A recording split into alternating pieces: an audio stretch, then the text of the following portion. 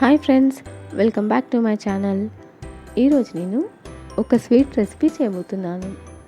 అదేంటంటే రాగి పిండితో పాయసం. ఈ విధంగా రాగి పిండితోని పాయసం చేసుకుంటే టేస్టీగాను ఉంటుంది, అలాగే హెల్దీ కూడా.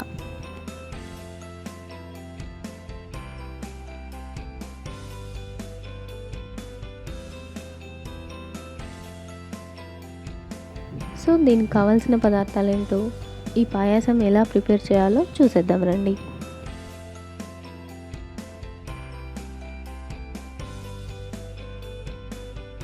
ముందుగా స్టవ్ మీద ఒక ప్యాన్ పెట్టుకొని 1 స్పూన్ నెయ్యి వేసుకొని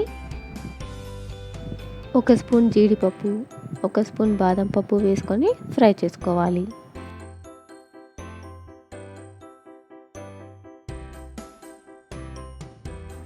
చూడండి, జీడిపప్పు బాదం పప్పు ఫ్రై అయిపోయింది కదా. ఇక దీన్ని తీసేసుకొని ఒక బౌల్లో పెట్టుకుందాం. ఇప్పుడు అదే ప్యాన్లో 2 టేబుల్ స్పూన్స్ రాగి పిండిని వేసుకొని మిక్స్ చేసుకోవాలి.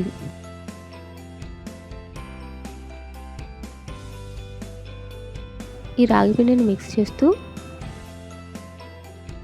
ఒక 1 మినిట్ తర్వాత 1 కప్పు వేడి పాలని ఇందులో వేసుకోవాలి.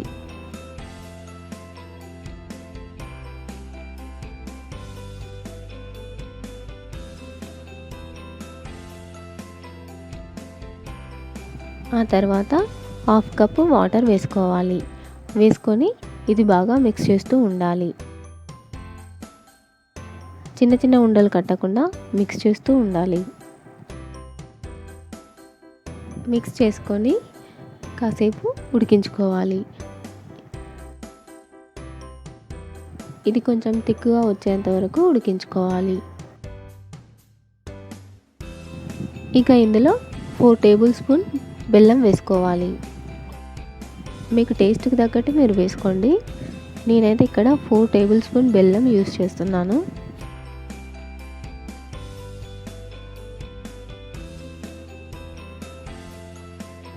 ఆ తర్వాత 1/2 కప్ మిల్క్ వేసుకొని బాగా మిక్స్ చేసుకోవాలి.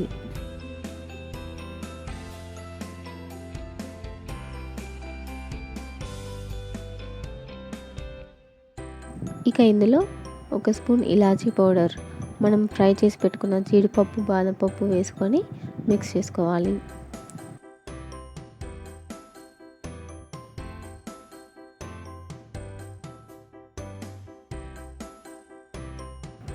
ఇక లాస్ట్లో కొంచెం కుంకుమ పువ్వు వేసుకొని 2 మినిట్స్ వెయిట్ చేసుకొని స్టవ్ ఆఫ్ చేసుకుంటే సరిపోతుంది.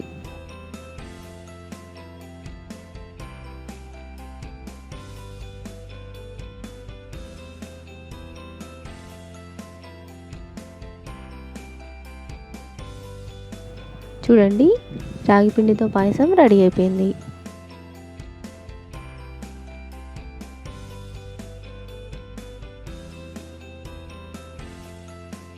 ఇక ఈ పాయసాన్ని సర్వింగ్ బౌల్లోకి సర్వ్ చేసుకొని వేడివేడిగా తింటే చాలా టేస్టీగా ఉంటుంది.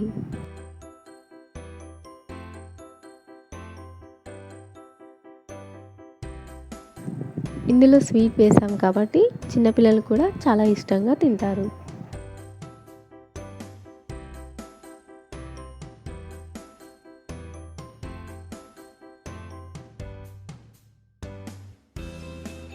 నా రెసిపీస్ కనుక మీకు నచ్చినట్లయితే లైక్ చేయండి, షేర్ చేయండి.